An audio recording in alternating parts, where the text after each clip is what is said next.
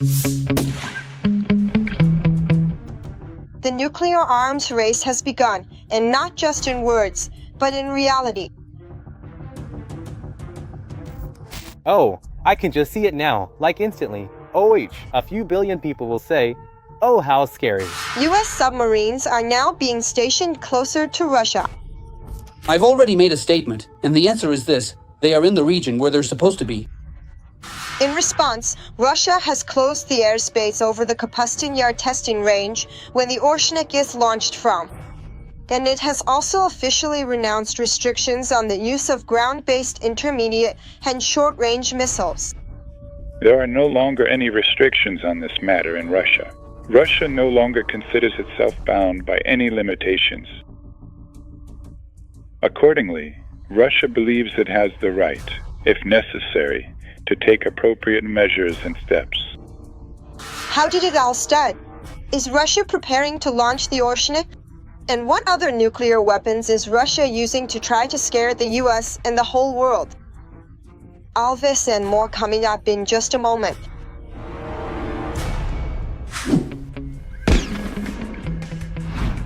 A week ago, Trump announced the redeployment of 2 nuclear submarines closer to Russian territory.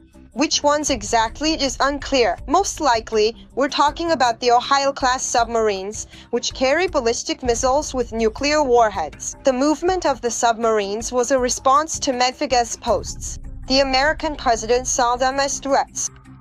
Medvedev said some very bad things, touching on the topic of nuclear weapons. And when you mention the word nuclear, my eyes light up, and I say, we better be careful, because that's the greatest threat.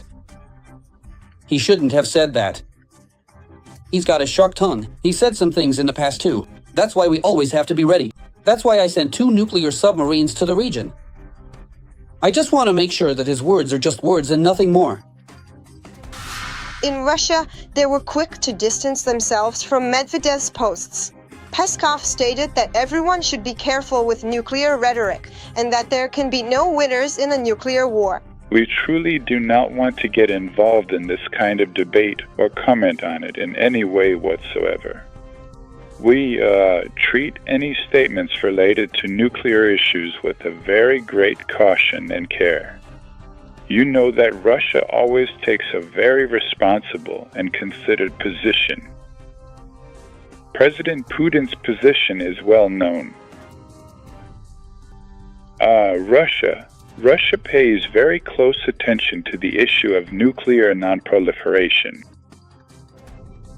And of course, we believe that everyone should be extremely careful with nuclear rhetoric, indeed. But Russia couldn't just not respond. And the response was to close the airspace over the Kapustin Yar test site. They closed it for 4 days, from August 4th to 8th. That's exactly where the Oreshnik is launched from. On top of that, Putin once again decided to brag about his unmatched weapon, claiming that supposedly the Oreshnik has gone into mass production. We've produced the first serial Oreshnik system. The first serial missile, yes. And it has been delivered to the troops. Now the series is up and running. Whether that's actually true is impossible to verify. But even if it is, we shouldn't forget that the Oreshnik is nothing more than Putin's expensive toy. And it's not really all that useful. These wreckage pieces are proof of that. This is what landed here in Fedjalaka today.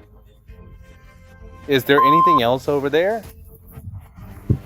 Is it still hot? Yeah. And here's another piece lying over here. When this video was filmed is unknown. It's also unclear whether these are Oreshnik's wreckage. But one thing remains a fact. Oreshnik is another useless no-analogs project. In Russia, they brag about it.